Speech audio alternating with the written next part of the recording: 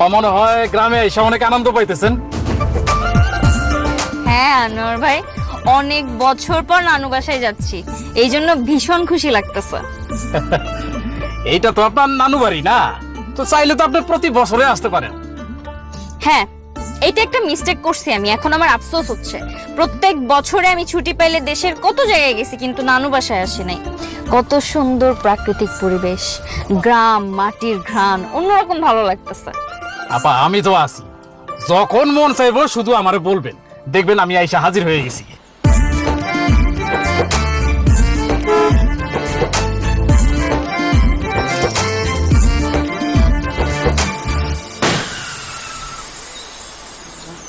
এই এই বদমাশ পোলাপান, এই খাড়া খাড়া হইতেছি।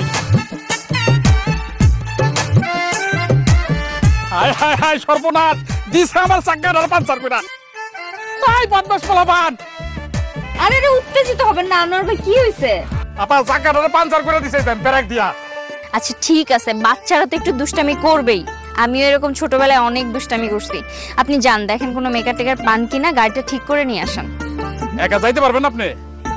আনোয়ার ভাই, আমার জন্মভূমি না, এটা আমি চিনবো না? আপনি ঠিক করে আসেন, দ্রুত ব্যাগ ট্যাগ সবকিছু নিয়ে আসেন। সাবধানে যায় না পা। ঠিক আছে, আপনি দ্রুত আসেন।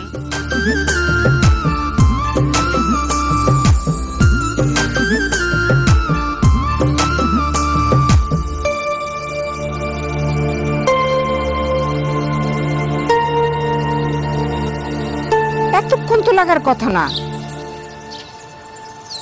সে কখন ফোন করে বললো যে বাজার পার হয়েছে?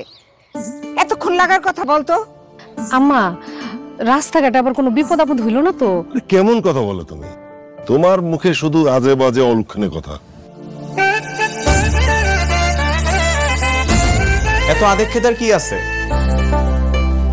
শহরের মেয়ে 2 দিনের জন্য বেড়াইতে আসতেছে, তার জন্য তোমাদের এত টেনশনের কি আছে আমি সেটাই বুঝলাম না। আরে তুই তো একটু আগায় যা দেখতে পারোস কি অসুবিধা হইলো। আমার এত ঠেকা পড়ে নাই যে তোমার নাতনির জন্য এখন আমি রাস্তায় যাব।